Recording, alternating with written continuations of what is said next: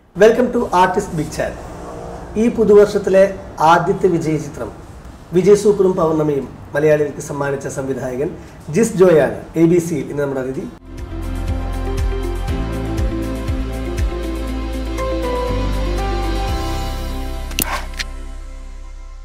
Welcome ജിസ്. നമസ്കാരം Hari. Cinema വളരെ വിജയകരമായിട്ട് പോകുന്നു, സന്തോഷം. ഒരു സിനിമയുടെ തുടക്കം മുതൽ സിനിമ തീരുന്നത് വരെ പരമാവധി കഥയിലും കഥാപാത്രങ്ങളിലൊക്കെ ഈ ഒരു പോസിറ്റീവ്നെസ് നിറയ്ക്കുക, നന്മയുടെ സുഗന്ധം നിറയ്ക്കുക എന്നത് എല്ലാ സിനിമകളിലും സംഭവിക്കുന്ന കാര്യമല്ല. കഥകളും ഒക്കെ വ്യത്യസ്തമാണല്ലോ. ഈ സിനിമയുടെ പ്രത്യേകത തോന്നിയത് അങ്ങനെയാണ്. ഇതിൽ പരമാവധി പോസിറ്റീവ്നെസ് വിജയ് സൂപ്പറും പൗർണമിയിലും നിറയാൻ ഉണ്ടായ സാഹചര്യം എന്താണ്? ഡെലിബറേറ്റ്ലി അങ്ങനെ ചെയ്തതല്ല കേട്ടോ. ഇപ്പം ഞാൻ എപ്പോഴും പറയും, ഇപ്പോൾ ആളുകൾ ഉപദേശിച്ച് നന്നാക്കാനോ അല്ലെങ്കിൽ ആൾക്കാരെ നന്നാക്കാനുള്ളൊരു മീഡിയമായിട്ട് ഞാൻ സിനിമയെ ഒരിക്കലും കാണുന്നില്ല. ഇത് അങ്ങനെ ഒരു പ്ലോട്ട് എഴുതി വന്നപ്പോൾ ഇപ്പം പറയാം, ഓരോരുത്തരുടെയും ഒരു സ്റ്റൈലുണ്ട്, എഴുത്തിൻ്റെയും സംവിധാനത്തിൻ്റെയും ഒക്കെ ഉണ്ട്. നമ്മളിപ്പോഴും പറയും, ഒരു സംവിധായകൻ്റെ മുഖമാണ് അയാളുടെ സിനിമ. ഒരു എഴുത്തുകാരൻ്റെ മുഖം അദ്ദേഹത്തിൻ്റെ സൃഷ്ടിയിൽ, അദ്ദേഹത്തിൻ്റെ രചനയിൽ കാണാൻ പറ്റും. അപ്പോൾ എന്നോടിപ്പോൾ നാളെ ഒരു ഹൊറർ പടം എടുക്കാൻ പറഞ്ഞാലോ ഒരു ആക്ഷൻ പടം എടുക്കാൻ പറഞ്ഞാലോ എനിക്ക് അറിയില്ല, എടുക്കാൻ അറിയില്ല. സത്യസന്ധമായിട്ട് തന്നെ ടെക്നിക്കലും അറിയില്ല, അല്ലാതെയും അറിയില്ല. സോ അറിയാവുന്നത് ഇതാണ്, കുറച്ച് ഫാമിലി ബന്ധങ്ങൾ, നല്ല അയൽവക്കങ്ങൾ, നല്ല സൗഹൃദങ്ങൾ. ഇത് ഞാൻ എൻ്റെ ജീവിതത്തിൽ അനുഭവിച്ചിട്ടുള്ള കാര്യങ്ങളാണ്. ഡെലിബറേറ്റ്ലി അല്ല, അതെനിക്കൊണ്ട് എഴുതി വരുമ്പോൾ അങ്ങനെ അങ്ങ് സംഭവിച്ചു പോകുന്ന.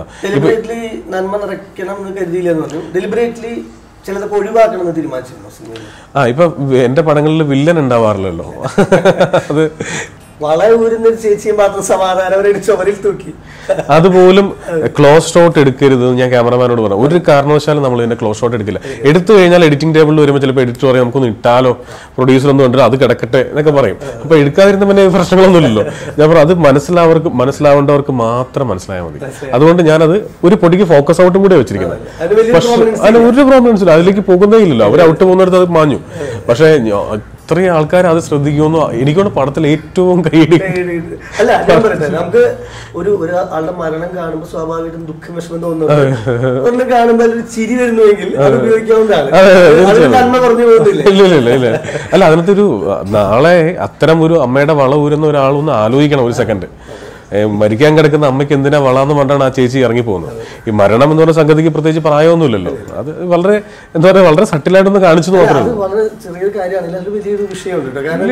വലിയ വിഷയമാണ്. നമ്മളെ ഈ സുഖ സൗകര്യങ്ങൾക്ക് വേണ്ടി, പണത്തിന് വേണ്ടിയിട്ട് ആളുകൾ ചെയ്യുന്ന ഇത്തരത്തിലുള്ള കുൽസിത പ്രവർത്തനങ്ങൾ. നമ്മുടെ ഒരു ധാരണ എന്ന് പറയുന്നത് ഈ ഒരു പ്രത്യേക പ്രായം, ഒരു 10, 65, 70 വയസ്സ് കഴിഞ്ഞ ആൾക്കാർക്ക് ഡ്രീമൊക്കെ നഷ്ടപ്പെട്ടു എന്നൊക്കെയാണ് വിചാരിക്കുന്നത്. അങ്ങനൊന്നുമല്ല. ഇത് മനുഷ്യന് ഓർമ്മയുള്ള കാലത്തോളം അവൻ ഏറ്റവും നന്നായിട്ടിരിക്കണം എന്നാണ് മനുഷ്യൻ വിചാരിക്കുന്നത്. കണ്ണീര് അത് ആദ്യത്തെ സംഭവത്തിലാണ്. കാരണം അമ്മയ്ക്ക് ഉറങ്ങുന്ന പോലെ കിടന്നാൽ മാത്രമാണ് അത്. അമ്മയ്ക്ക് വേണമെങ്കിൽ ഇത് ഊരിക്കൊണ്ടുപോകാൻ പാടില്ലെന്ന് പറയാം, പക്ഷെ ഒരു അമ്മ അത് പറയില്ല. അതാണ് അമ്മയുടെ ബ്യൂട്ടി. അതുകൊണ്ടാണ് ആ പ്രേക്ഷകൻ അമ്മയുടെ ഒപ്പം നിൽക്കുന്നത്.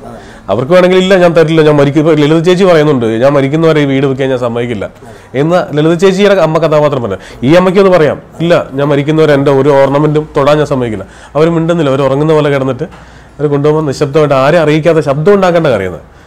മുൻ സിനിമകളെ അപേക്ഷിച്ച് ജിസ് ജോയ് ഈ സിനിമയുടെ സ്ക്രിപ്റ്റിംഗ്, മുൻ സിനിമകൾ നല്ല സിനിമകളാണ്, വിജയിച്ച ചിത്രമാണ്.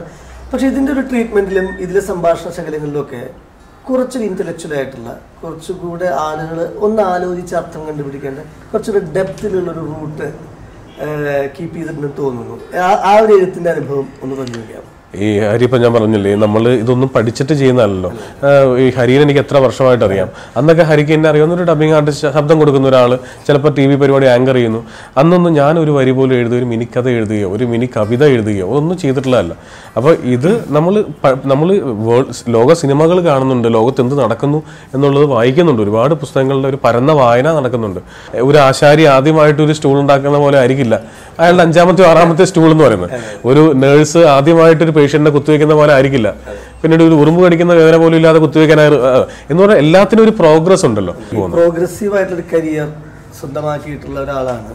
അതായത് ക്രമാനുഗതമായ വളർച്ച എന്ന് പറയുന്ന വിധത്തിൽ ഇപ്പൊ നേരത്തെ പറഞ്ഞ പോലെ TV ഷോസ് ആക്ട് ചെയ്തിട്ടുണ്ട്, മിമിക്രി ചെയ്തിട്ടുണ്ട്, പിന്നെ ആക്ട് ഫിലിംസ് വളരെ വിപുലമായി ചെയ്യുന്നു, ഡബിങ്ങിന്റെ മേഖലയിലുണ്ട്, അഭിനയമുണ്ട്, സിനിമയുടെ രചന, സംവിധാനം, ഗാനരചന, ഈ പരിപാടികളൊക്കെ നടക്കുന്നു.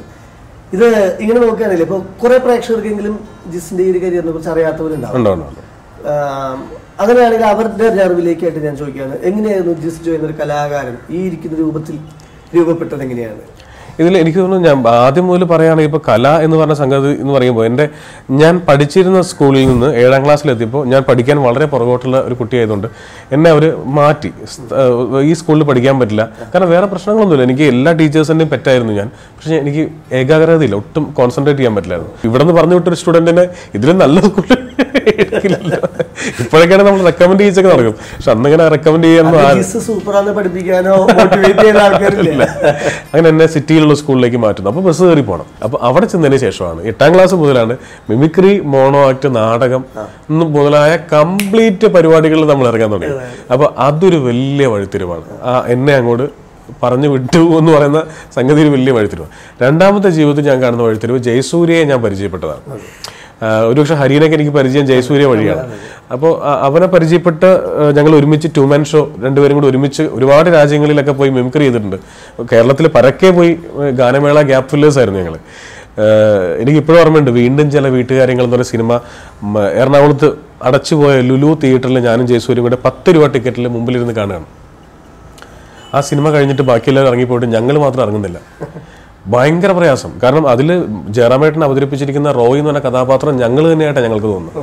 അത് എന്നേക്കാൾ ഇമോട്ടീവായിട്ടാണ് ജയന് ഭയങ്കര പ്രയാസം. കാരണം ജയൻ ഒരു ആക്ടർ ആവണം എന്ന് വിചാരിച്ച് നടക്കുന്ന ഒരാളാണ്. എനിക്ക് അങ്ങനെ അത്രയും വലിയ സ്വപ്നം. ജയൻ ആകാരത്തിലും കാണാനും ഒക്കെ ഒരു ആക്ടർക്ക് വേണ്ട ചേരുവകളുള്ളൊരു കക്ഷിയാണ്. അപ്പോൾ ഫയർ ഇത്തിരി കൂടുതലാണ്. അതെ, ഫയറും ആംബീഷ്യസ് ആണ്, ഭയങ്കര ആംബീഷ്യസ് ആണ്. അങ്ങനെ ഞങ്ങൾ രണ്ടുപേരും കൂടെ വീട്ടിലേക്ക് പോകാതെ ഫോർട്ട് കൊച്ചിയിലോ മറ്റോ പോയി, ഫോർട്ട് കൊച്ചിയോ മറൈൻഡ്രൈവോ മറ്റോ പോയി. എനിക്ക് ഓർമ്മയുണ്ട്, ഈ പാരപ്പറ്റിൽ ഇരുന്നിട്ട് വെള്ളത്തിലേക്ക് കാലിട്ട് അപ്പുറത്തേക്ക് ഇരുന്ന് വിഷമിച്ചിരിക്കുക, അധികം മിണ്ടുന്നില്ല. കാരണം അത്രയേറെ ആ സിനിമ നമ്മളിൽ സ്വാധീനം ചെലുത്തി എന്നുള്ളതാണ്. അത്രയേറെ സ്വാധീനം ചെലുത്തി. അതിലെ ഓരോ സംഭാഷണങ്ങളും. ലോഹിദാസ് സാറ് ഞാൻ ജീവിതത്തിൽ ഏറ്റവും കടപ്പെട്ടിരിക്കുന്ന റൈറ്ററാണ്. ലോഹിതദാസ്, ഗിരീഷ് പുത്തഞ്ചേരി, ജോൺസൺ മാസ്റ്റർ, ഈ 3 പേരും കഴിഞ്ഞിട്ട് സിനിമ ഇൻഡസ്ട്രിയിൽ എനിക്ക് ആരെങ്കിലും ഉള്ളൂ. കാരണം ഈ 3 പേരായിട്ടും ഭയങ്കര അറ്റാച്ച്മെന്റ് ഒന്നും നമുക്ക് ഉണ്ടായിട്ടില്ല. ജോൺസൺ മാസ്റ്ററിനെ കണ്ടിട്ടുണ്ട്, ഒരു ഷോ ഡയറക്റ്റ്, അല്ലാണ്ട് ഗിരീഷ് ഏട്ടനെ ഒന്ന് ഷെയ്ക്കാൻ്റെ അടുത്ത് പോലും സംസാരിച്ചിട്ടില്ല. ഗിരീഷ് ഏട്ടൻ്റെ മകൻ എൻ്റെ കൂടെ അസിസ്റ്റ് ചെയ്തിട്ടുണ്ട് ആഡ് ഫിലിമിൽ. പക്ഷേ ലോഹി സാറുമായിട്ട് അടുപ്പമുണ്ടായിരുന്നു. ലോഹി സാറുമായിട്ട് ചക്രമുത്ത് കഴിയുന്ന അവസാന കാലത്തൊക്കെ നല്ല അടുപ്പമായിരുന്നു കുറേ. അപ്പോൾ അതെല്ലാം ഈ ലോഹി സാറ് ഒരു സിനിമ എഴുതുന്ന സമയത്ത് നമ്മളെ ഒരുപാട് അദൃശ്യനായിരുന്ന് ഹെൽപ്പ് ചെയ്യുന്നുണ്ട്. ഞാൻ ഇപ്പോഴും റെഫർ ചെയ്യുന്ന പുസ്തകങ്ങൾ അദ്ദേഹം എഴുതിയ പുസ്തകങ്ങളാണ്. കാരണം പത്മനാഭൻ സാറിൻ്റെ പുസ്തകങ്ങളൊക്കെ നമ്മൾ ഓൾറെഡി പണ്ടേ വായിച്ചു കഴിഞ്ഞാൽ. പത്മനാഭൻ സാറിൻ്റെ സിനിമകളിൽ ഉള്ള ഒരു വിഷയം എനിക്ക് ജിസ് ജോയുടെ സിനിമയിൽ തോന്നിയ സമയം, അത് രചനാ സംവിധാനം നിർവഹിക്കുന്നു. അതിനപ്പുറത്ത് ഈ പത്മനാഭൻ സാറിൻ്റെ സിനിമകളിലെ പാട്ടുകൾ വളരെ അപൂർവമേ ലിപ്പ് ചെയ്ത് പാടിയിട്ടുള്ള ഒരു പാട്ടേ ഉള്ളൂ. ദേവാങ്കണങ്ങൾ ഒരുപാട് ഒരെണ്ണം കൂടെ ചിലപ്പോൾ ഉണ്ടാകാം, ആലോചിച്ചു ഇല്ലെങ്കിൽ ഇല്ല. ജിസ് ജോയുടെ സിനിമകളിലും ഈ പറയുന്ന പോലെ ലിപ്പ് ചെയ്തിട്ടുള്ള പാട്ടുകൾ കുറവാണോ? ഈ മറ്റേ കളിയാക്കൽ പാട്ടിൽ മാത്രമേ ലിപ്പ് വരാറുള്ളൂ. കണ്ടോ നിന്റെ കണ്ണിൽ പ്രചണ്ഡനം ബാറിൽ പാടുന്ന പാട്ടായതുകൊണ്ട് അതിന് ലിപ്പുണ്ട്. ബാക്കി ഇപ്പൊ ഇതില് മറ്റേ പൗർണമി സൂപ്പർ അല്ലേടാ. കാരണം അതിന് രണ്ടിനും ലോജിക് ഉണ്ട്. ഞാന് ഒരു സിനിമ ഡബ് ചെയ്യാണ്. എനിക്ക് തോന്നുന്നു സിനിമയുടെ പേര് പറഞ്ഞാൽ നിങ്ങൾക്ക് മനസ്സിലാവും, അതുകൊണ്ട് പേര് പറയുന്നില്ല. സിദ്ദിഖ് സാറിന്റെ പടമാണ്. അപ്പോൾ സിദ്ദിഖ് സാറിന്റെ അസോസിയേറ്റ് വിളിച്ചപ്പോൾ തന്നെ പറഞ്ഞു കുറേ ആളുകൾ വോയിസ് ടെസ്റ്റ് ചെയ്യുന്നുണ്ട് ഈ ക്യാരക്ടറിന് വേണ്ടിയിട്ട്. അത് അത്രയും നന്നായിട്ട് ചെയ്യേണ്ട ഒരു ക്യാരക്ടറാണ്. പക്ഷെ ആരെയും സാറിന് അത്ര ഇഷ്ടപ്പെടുന്നില്ല. അത് ജിസും കൂടെ വന്ന് ചെയ്യാൻ പറഞ്ഞു. അപ്പോൾ ഇവനെ കണ്ടപ്പോൾ തന്നെ എനിക്കറിയാം എൻ്റെ ശബ്ദവുമായിട്ട് ഒട്ടും മാച്ച് അല്ല. കുറേ ഹൈ ലെവലിൽ സംസാരിക്കണം. അപ്പോൾ അത് വെച്ചാൽ കുറേ കൂടെ ഫീബിളായി പോകും നമ്മുടെ വോയിസ്. അപ്പോൾ ഞാൻ പറഞ്ഞു സാറേ എൻ്റെ വോയിസ് ഇതിന് ഓക്കെ ആയിട്ട് എനിക്ക് തോന്നുന്നില്ല. അപ്പോൾ സിദ്ദിഖ് സാർ പറഞ്ഞു അത് കുഴപ്പമില്ല ജിസ്, ഒന്ന് ചെയ്തു നോക്കൂ, നന്നാവുകയാണെങ്കിൽ നമുക്ക് അങ്ങ് പിടിക്കാം എന്നൊക്കെ പറഞ്ഞ് കുറേ ആളുകൾ നോക്കി, അതുകൊണ്ടാണ്. അപ്പോൾ ഞാൻ പറഞ്ഞു ശരി സാർ, എന്നാൽ പിന്നെ നോക്കാം. അങ്ങനെ 6 സീനാണ് ഇയാളുള്ളത്. 4 സീനും ഞാൻ കഷ്ടപ്പെട്ട് ഡബ് ചെയ്യും. അതായത് നമ്മൾ ഈ അല്ലു അർജുന് ഡബ് ചെയ്യുന്ന ആളാണ് ഞാൻ. അതായത് അത്ര ഫാസ്റ്റായിട്ട് പറയുന്ന ഒരാൾക്ക് ഞാൻ ഈസി ആയിട്ട് ഡബ് ചെയ്യും. ഇവൻ എനിക്ക് എന്ത് ചെയ്തിട്ട് എനിക്ക് പിടിക്കാൻ പറ്റില്ല. കാരണം ഇവന് താളമില്ല, ഇവൻ തോന്നണ പോലെ ഇങ്ങനെ പറഞ്ഞു വെച്ചിരിക്കുന്നത്. അപ്പോൾ നമുക്കൊരു ഒരു ഒരു മോഡുലേഷൻ പിടിക്കാൻ പറ്റുന്നില്ല ഇവന്. എല്ലാം നമുക്ക് തന്നെ അയ്യോ ഭയങ്കര ഏച്ചുകെട്ടിൽ പോലെ തോന്നുന്നുണ്ട്. 4ാമത്തെ സീനായപ്പോൾ ഞാൻ ഭ്രാന്ത് പിടിച്ചിട്ട് ഞാൻ തിരിച്ചിട്ട് സിദ്ദിഖ് സാറ് അങ്ങനെ പറയാൻ സ്വാതന്ത്ര്യമുള്ള ഒരാളാണ്, നമ്മൾ വളരെ വെൽവിഷറാണ്, അത്രയും അടുപ്പമുള്ള ഒരാളായതുകൊണ്ട് ഞാൻ പറഞ്ഞു സാറേ ഇവൻ എന്താ ഈ കാണിച്ചു വെച്ചിരിക്കുന്നത്, ഇവൻ ഫുള്ള് കമലഹാസൻ ഇമിറ്റേറ്റ് ചെയ്യാണല്ലോ എന്ന് പറഞ്ഞു തീർന്നതും സിദ്ദിഖ് സാർ പറയാണ് അതെ വളരെ കറക്റ്റാണ്, കമൽ പോലും ചില കാര്യങ്ങൾ ഇവനോട് വെച്ചിട്ടാണ് കറക്റ്റ് ചെയ്യുന്നത്. അപ്പോൾ അങ്ങനത്തെ രസകരമായിട്ടുള്ള ഈ ഡയറക്ടേഴ്സുമായിട്ടുള്ള ചില ഇന്ററാക്ഷൻസിന് വേദി എനിക്ക് തന്നത് ഡബിങ് ആണ്. ഒരർത്ഥത്തില് വലിയ രീതിയിൽ അസിസ്റ്റ് ചെയ്യാനൊന്നും പോയിട്ടില്ല. അല്ല, ഈ കണ്ടിട്ടുള്ള പഠനമേ ഉള്ളൂ. ഏകലവ്യത്തിലാണ്. കണ്ടിട്ടുള്ള പഠിപ്പാണ്. അപ്പൊ അതുകൊണ്ട് വെച്ചിട്ട് ഈ കമൽ സാറ്, ഈ പറഞ്ഞ ലോയി സാറ്, ഫാസിൽ സാറ്, അറിഞ്ഞോ അറിയാതെയോ നമ്മൾ നേടിയെടുക്കുന്ന കുറേ പുണ്യങ്ങളുണ്ട്. ഇത് നമ്മൾ അറിഞ്ഞുകൊണ്ട് കിട്ടുന്നല്ല, ഒരിക്കലും നമ്മൾക്ക് അറിഞ്ഞുകൊണ്ട് പോയി ചോദിക്കാൻ പറ്റില്ല. നമ്മൾ അറിയാതെ നമ്മളിലേക്ക് വരുന്ന ഇപ്പോൾ കൈതപ്പുറം തിരുമേനി ഞാൻ ഒരുപാട് ആദരിക്കുന്ന, ഒരുപാട് എനിക്കിഷ്ടമാണ് അദ്ദേഹത്തിന് എന്നെ ഇഷ്ടമാണ്. ഞങ്ങൾ അദ്ദേഹം എഴുതിയ പാട്ടുകളുടെ പുറകിലെ കഥകളൊക്കെ എത്രയോ നാൾ ചർച്ച ചെയ്തിട്ടുണ്ട്. അപ്പോൾ ഒരിക്കൽ ഇദ്ദേഹത്തെ പരിചയപ്പെടുന്ന സമയത്ത് മഴവില്ലിന് അറ്റം വരെ എന്ന് പറഞ്ഞാൽ അദ്ദേഹം ഡയറക്റ്റ് ചെയ്ത സിനിമയിൽ നായകനാണ് ഞാൻ ശബ്ദം കൊടുക്കുന്നത്. അപ്പോൾ ഡബ്ബിംഗ് എല്ലാം കഴിഞ്ഞിട്ട് മൂന്നാമത്തെ ദിവസം കൊണ്ട് ഡബ്ബിംഗ് കഴിഞ്ഞു. എല്ലാം കഴിഞ്ഞ് എനിക്കറിയാം പുള്ളി ഒരുപാട് സ്ട്രഗിൾ ചെയ്ത് ഷൂട്ട് ചെയ്ത സിനിമയാണ്. അപ്പോൾ ഞാനൊരു റെമ്യൂണറേഷൻ ഒന്നും പ്രതീക്ഷിച്ചിട്ടില്ല സിനിമയ്ക്ക് പോകുന്നത്, ഡബ്ബിങ്ങിനൊന്നും. അദ്ദേഹത്തിൻ്റെ അനന്തരവനായ കൈതപ്പുറം സന്തോഷ്, മീരയുടെ ഹസ്ബൻഡ് ഉണ്ടല്ലോ, സന്തോഷ് ഡബ്ബിംഗ് ആർട്ടിസ്റ്റ്, അവരാണ് എന്നെ വിളിക്കുന്നത്. അങ്ങനെയാണ് അദ്ദേഹത്തിന് എനിക്ക് പറയുന്നത്. അപ്പോൾ അങ്ങനെ ഡബ്ബിംഗ് എല്ലാം കഴിഞ്ഞ സമയത്ത് ഇദ്ദേഹം എൻ്റെ കയ്യിലേക്ക് ഒരു കവർ തരികയാണ്. അപ്പോൾ ഞാനത് എക്സ്പെക്ട് ചെയ്യുന്നേ ഇല്ല, കാരണം എനിക്കറിയാം ഒരു കഷ്ടപ്പെട്ടാണ്. അപ്പം ഞാൻ എത്ര ശ്രമിച്ചിട്ട് പുള്ളി എന്തൊക്കെ ചെയ്തിട്ടും ഞാൻ ഈ പൈസ കവർ ഞാൻ വാങ്ങിക്കുന്നില്ല കേട്ടോ. അല്ലെന്ന് ഇദ്ദേഹത്തിന്റെ ഒരു വേഴ്സിറ്റാലിറ്റി ശ്രദ്ധിച്ചിട്ടുണ്ടോ? എല്ലാ തരം പാട്ടുകൾക്ക് സിംഗല്ലേ. ഇപ്പോൾ ലജ്ജാവതിയെ നിന്റെ കള്ളക്കടക്കണ്ണിൽ പുള്ളി എഴുതും, എൻ്റെ അമ്മയെ ഒന്ന് കാണാൻ എത്ര നാളായി ഞാൻ കൊതിച്ചു എന്ന് എഴുതും. പറയാതെ അറിയാതെ ഞാൻ നീ പോയതല്ലേ എന്ന് എഴുതും. അതേ സിനിമയിൽ തന്നെ ചിലപ്പോൾ കരളിന്റെ കരളയും പുള്ളി എഴുതും. ആ ഒരു ഇൻസ്പിറേഷൻ ഒക്കെ ഗാനരചന നിർവഹിക്കുന്ന കാര്യത്തിൽ ജിസ് ജോയ്ക്ക് തുടങ്ങുന്നു. ഉറപ്പായിട്ടുണ്ട്. സൺഡേ ഹോളിഡേയിലെ ആ പാട്ട് ഒരു നോക്ക് കാണുവാൻ. അതെ, അതിൽ ദീപക് ദേവ് എന്നെ കൊണ്ട് പാട്ട് എഴുതിച്ചതിൽ ദീപക് ദേവനാണ് എൻ്റെ ഫുൾ ക്രെഡിറ്റ് എന്ന് പറയുന്നത്. ഇപ്പൊ ഹരി പറഞ്ഞ പാട്ട് കാർത്തിക് പാടി എൻ്റെ ഇതുവരെയുള്ള എൻ്റെ ഏറ്റവും പ്രിയപ്പെട്ട പാട്ടാണ്. കവിതയുടെ ഭംഗിയുള്ള പാട്ട്. ഈ പാട്ട് ഞാൻ ഞാൻ ദീപകിന് കൊടുത്തു. ദീപക് അത് ഒരാളെ വെച്ച് ട്രാക്ക് റെക്കോർഡ് ചെയ്യിച്ചു. അങ്ങനെ ഞാനും കാറിൽ വെച്ചത് കേൾക്കും, ഷൂട്ടിംഗ് നടന്നുകൊണ്ടിരിക്കുന്നു, ദീപക്കും കേൾക്കും. ഒരു 3 ആഴ്ച കഴിഞ്ഞപ്പോൾ എന്നെ വിളിച്ചിട്ട് പറഞ്ഞു, ജിസേ നമുക്ക് ആ വരികൾ മാറ്റണം. ദീപകിൻ്റെ ഒരു ക്വാളിറ്റി അതാണ്. ജിസേ കാര്യം തന്നെ സിനിമയൊക്കെയാണ്, പക്ഷേ ഇവിടെ 3 ആഴ്ച കേട്ട് കഴിഞ്ഞപ്പോൾ തന്നെ ഈ പാട്ട് എനിക്ക് മടുത്തു. അപ്പോൾ അതെൻ്റെ പ്രശ്നം ട്യൂണല്ല, അതിൻ്റെ വരികളാണ് പ്രശ്നം. ഒരു പെണ്ണ് ചതിച്ചു, അവൾ വേറൊരുത്തനെ കല്യാണം കഴിച്ചു പോകുന്നു, അവൻ ചങ്ക് തകർന്ന വീട്ടിൽ നിന്ന് ഇറങ്ങി പോവാണ്.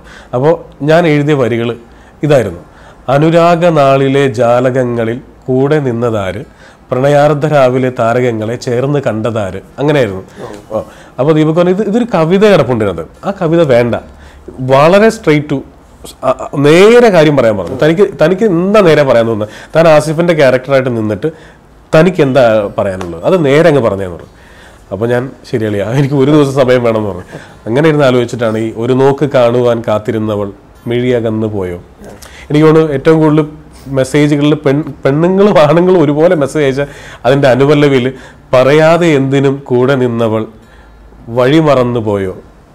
അതെ, ഈ വാട്സ്ആപ്പ് സ്റ്റാറ്റസ് ഒക്കെ 30 സെക്കൻഡ്സ് വീഡിയോസിൽ ഒരുപാട് വന്നിട്ടുള്ളതാണ്, യൂട്യൂബിൽ ഒരുപാട് വ്യൂസ് വന്നിട്ടുള്ള പാട്ടാണ്. അപ്പൊ അതിലിപ്പോ നമ്മുടെ ഗാനരചന വേറൊരാളെ ഏൽപ്പിക്കുന്നതിന് പകരം ഞാൻ ചെയ്ത് നോക്കാം എന്നുള്ളൊരു ശ്രമം, സ്ക്രിപ്റ്റിംഗ് അങ്ങനെ, ഡയറക്ഷൻ അങ്ങനെ, ആക്ടർ എന്നുള്ള നിലയിൽ എന്തുകൊണ്ടാണ് ഒരു പക്ഷേ സ്വന്തം സിനിമകളിൽ വരാൻ ശ്രമിക്കാത്തത്?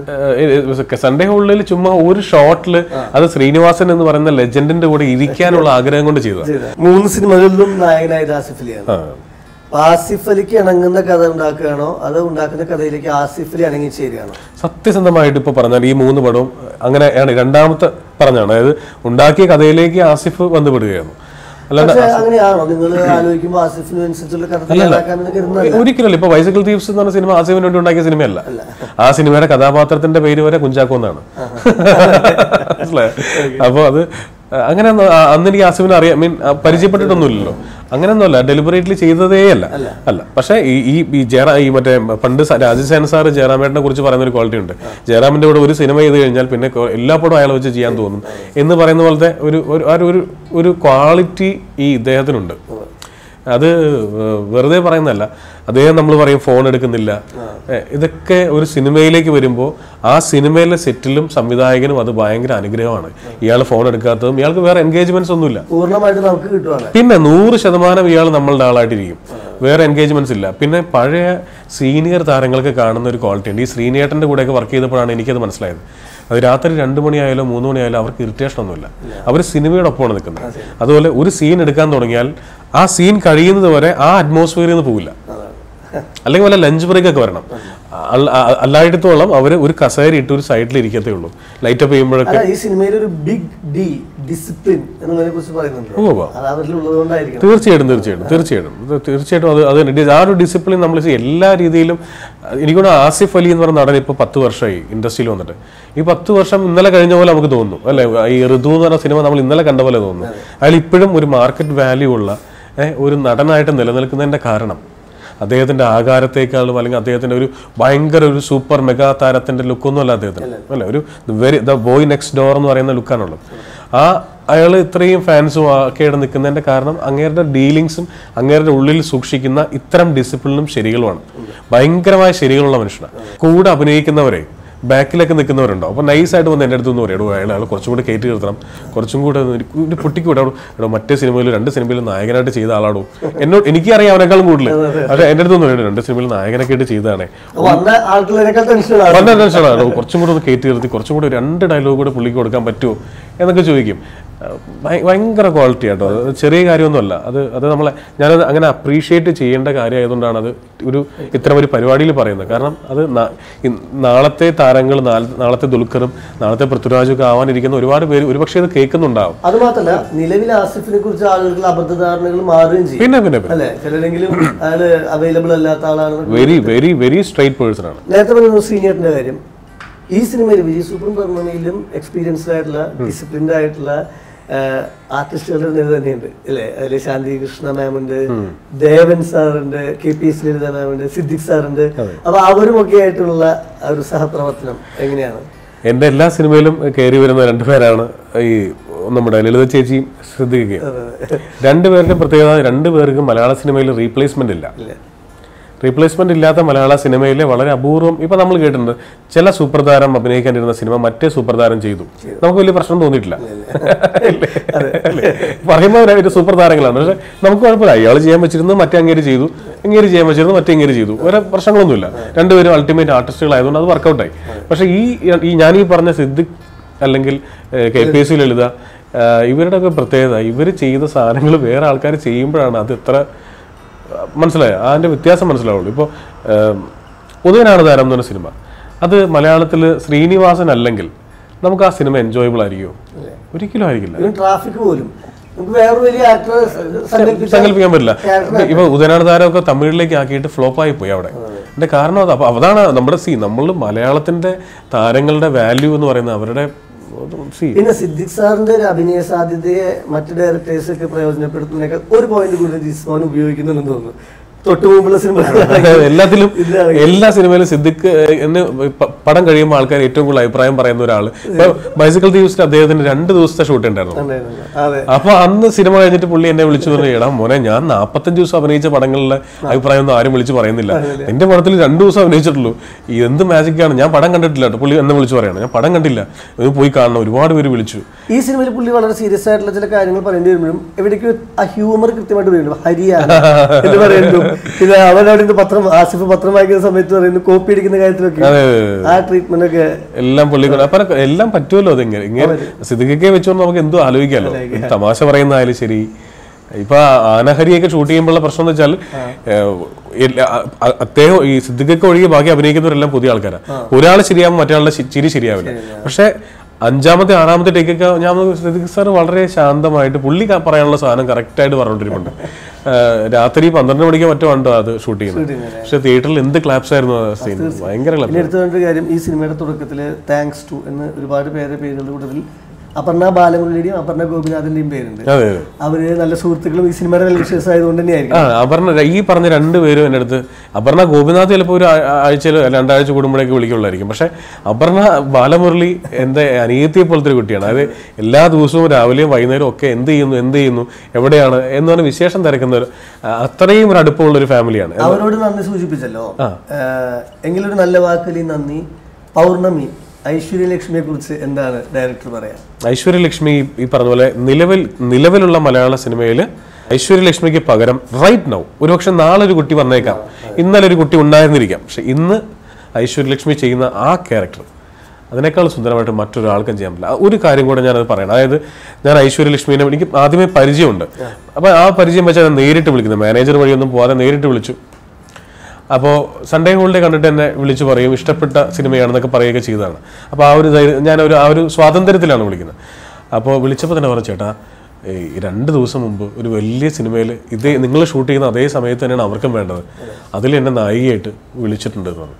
അപ്പോൾ തന്നെ എൻ്റെ കംപ്ലീറ്റ് ഇത് പോയി. കാരണം എന്തുകൊണ്ടും നമ്മുടെ പടത്തേക്കാളും മാസാണ് ആ സിനിമ, നമുക്ക് ശരിയാവില്ല എന്ന് ഉറപ്പായി. അപ്പോൾ ഞാൻ പറഞ്ഞു, മോളെ എൻ്റെ കഥയൊക്കെ കേട്ടായിരുന്നോ? അതെല്ലാം കഥ കേട്ടു, സ്ക്രിപ്റ്റ് അവർ തന്നിട്ടില്ല, അപ്പോൾ അത് ചെയ്യാമെന്ന്. ഞാൻ കൺഫേം ആണോ? അതൊരു 95% കൺഫേം ആണെന്ന്.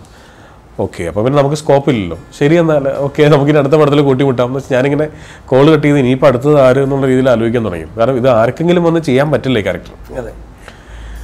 നെക്സ്റ്റ് ഡേ എന്നെ വിളിച്ചിട്ട് പറഞ്ഞു, സാർ ഒരു കാര്യം ചെയ്യും, സ്ക്രിപ്റ്റ് ഒന്നും എനിക്ക് അയക്കാൻ ബുദ്ധിമുട്ടാവോ? ഞാൻ ചോദിക്കുന്നത് വലിയ അങ്ങനെ ചോദിച്ചാൽ കുഴപ്പമുണ്ടോ എന്ന് ചോദിച്ചു. ഞാൻ പറഞ്ഞു ഒരു കുഴപ്പമില്ല, സന്തോഷമേ ഉള്ളൂ, അതിനകത്ത് എനിക്ക് ഒരു ഈഗോയും വിചാരിക്കേണ്ട ആവശ്യമില്ല.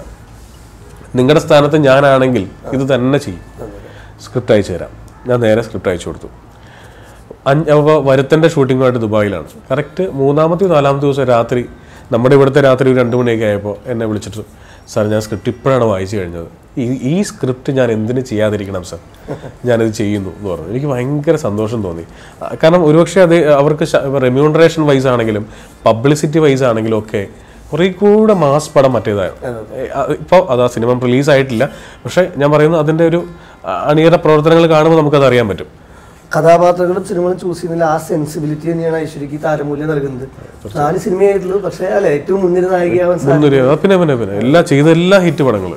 ഈ സിനിമയിൽ ഇനി നമുക്ക് പറയാവുന്ന മറ്റൊരു കാര്യം, ഇതില് ഭക്ഷണപ്രിയത്വവും സംഗീതത്തിനോടുള്ളൊരു പ്രണയവും കൃത്യമായിട്ട് മ്യൂസിക് പ്ലസ് ഫുഡ്, അതെ, ഗുഡ് ഫുഡ് ഗുഡ് മ്യൂസിക് എന്ന് പറയുന്നത് അറ്റാക്ക് ചെയ്തിട്ടുണ്ട്.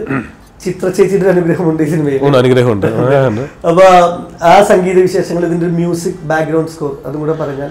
ഇതിന്റെ മ്യൂസിക് കൈകാര്യം ചെയ്തിരിക്കുന്നത് പ്രിൻസ് ജോർജ് ആണ്. പ്രിൻസിനെ എനിക്ക് പരിചയപ്പെടുത്തിയത് വിനയ് ഫോർട്ട് ആണ്. വിനയ് ഫോർട്ടിന്റെ കൂടെ പൂനെ ഇൻസ്റ്റിറ്റ്യൂട്ടിൽ പഠിച്ചതാണ് പ്രിൻസ്. സൗണ്ട് എഞ്ചിനീയറിംഗ് ആണ് പഠിച്ചത്. പക്ഷെ ഭയങ്കര എന്റർടൈനിങ് ആണ്. അയാൾ ഭയങ്കര എന്റർടൈനർ ആയിട്ട് നമ്മളെ ഒരുപാട് സംഗീതമുണ്ട് പുള്ളിയുടെ.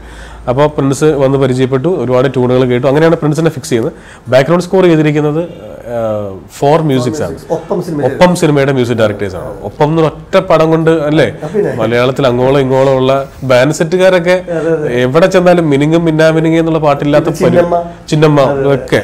അപ്പൊ അവര് അതിമനോഹരമായിട്ട് ഇതിന്റെ ബാക്ക്ഗ്രൗണ്ട് സ്കോർ ചെയ്തിട്ടുണ്ട്. അത് സിനിമ കണ്ടവർക്ക് മനസ്സിലാവും. ജിം എൽദോ ബിബി ആ ടീമാണ്. കാരണം ഇതിന്റെ ബ്യൂട്ടി ഒരിടത്തും ബാക്ക്ഗ്രൗണ്ട് സ്കോർ മുഴച്ചു നിൽക്കുന്നില്ല. നമ്മൾ കഥയിൽ നിന്ന് പുറത്തേക്ക് ക്യാമറയെ കുറിച്ച് നമ്മൾ ആലോചിക്കുന്നില്ല, ബാക്ക്ഗ്രൗണ്ട് സ്കോറിനെ കുറിച്ച് നമ്മൾ ആലോചിക്കുന്നില്ല. പിന്നെ ഒരു കാര്യമുണ്ട്, ഇത് കുറെ സീനുകൾ റൂമിന്റെ അകത്ത് സംഭവിക്കുന്നു, അവിടെ സംഭവിക്കുന്നു. ഈ ട്രാൻസ്ഫോർമേഷൻ ബാക്ക്ഗ്രൗണ്ട് സ്കോർ സപ്പോർട്ട് ചെയ്തില്ലെങ്കിൽ അത് ഭയങ്കര വിരസത ഉണ്ടാക്കിയാണ്. അവിടെ കൃത്യമായ അളവിലാണ്. ഞാൻ പിന്നെ ചെയ്തൊരു കാര്യം, എല്ലാവരും കണ്ട് എല്ലാം ലോക്കാക്കി. ക്യാമറമാനും എഡിറ്ററും മ്യൂസിക് ഡയറക്ടേഴ്സും ബാക്ക്ഗ്രൗണ്ട് സ്കോറുകാരും എല്ലാവരും കൂടെ കണ്ട് തിയേറ്ററിൽ DTS മിക്സിംഗ് തിയേറ്ററിൽ എല്ലാവരും ഓക്കെ ആയി കഴിഞ്ഞിട്ട് ഞാൻ പറഞ്ഞു, ഓക്കെ ഇനി എനിക്ക് 2 ദിവസം വേണം. എല്ലാത്തിനും 2 ദിവസം ഞാനും ഈ സൗണ്ടിൻ്റെ ആളും മാത്രം, എൻ്റെ അസിസ്റ്റന്റ് ഡയറക്ടേഴ്സ് ഉണ്ടായിരുന്നു, മാത്രം ഇരുന്നിട്ട് എനിക്ക് തോന്നിയ കുറേ മ്യൂസിക്കുകൾ എടുത്ത് കളഞ്ഞു. ചിലയിടത്ത് നിന്ന് വേറെ സ്ഥലത്ത് ഇട്ട മ്യൂസിക് എടുത്ത് പേസ്റ്റ് ചെയ്ത് വെച്ചു. അങ്ങനത്തെ ഒരു പരിപാടി ഏറ്റവും അവസാനം നമ്മളുടെ ഒരു മേമ്പൊടി ഇടുന്ന പരിപാടിയില്ല, അങ്ങനെ ഒരു പരിപാടി അത് ചെയ്തിട്ടുണ്ട്. കുറെ സ്ഥലത്ത് മ്യൂട്ട് ചെയ്തു എന്നുള്ളതാണ്. എന്തുതന്നെയാലും സിനിമ, അതിന്റെ രചന, അതിന്റെ സംവിധാനം, അല്ലെ ആക്ടേഴ്സിന്റെ പെർഫോമൻസ്, ഈ മ്യൂസിക്, എല്ലാ ടെക്നിക്കലായിട്ട് സാങ്കേതികമായിട്ടുള്ള കാര്യങ്ങൾ കൊണ്ടും സമ്പന്നമാണ്. മലയാളത്തില് ഈ വർഷം 2019 180-200 സിനിമകൾ ഒരു പക്ഷേ പൂർത്തിയാകുമ്പോണ്ടായേക്കാം. പക്ഷെ അതിനൊക്കെ ഐശ്വര്യം നൽകിക്കൊണ്ട് തുടക്കത്തിൽ തന്നെ ഒരു നല്ല വിജയമായിട്ട് ഇത് മാറിയിരിക്കുന്നു. എല്ലാവിധ ആശംസകളും. Thank you Hari.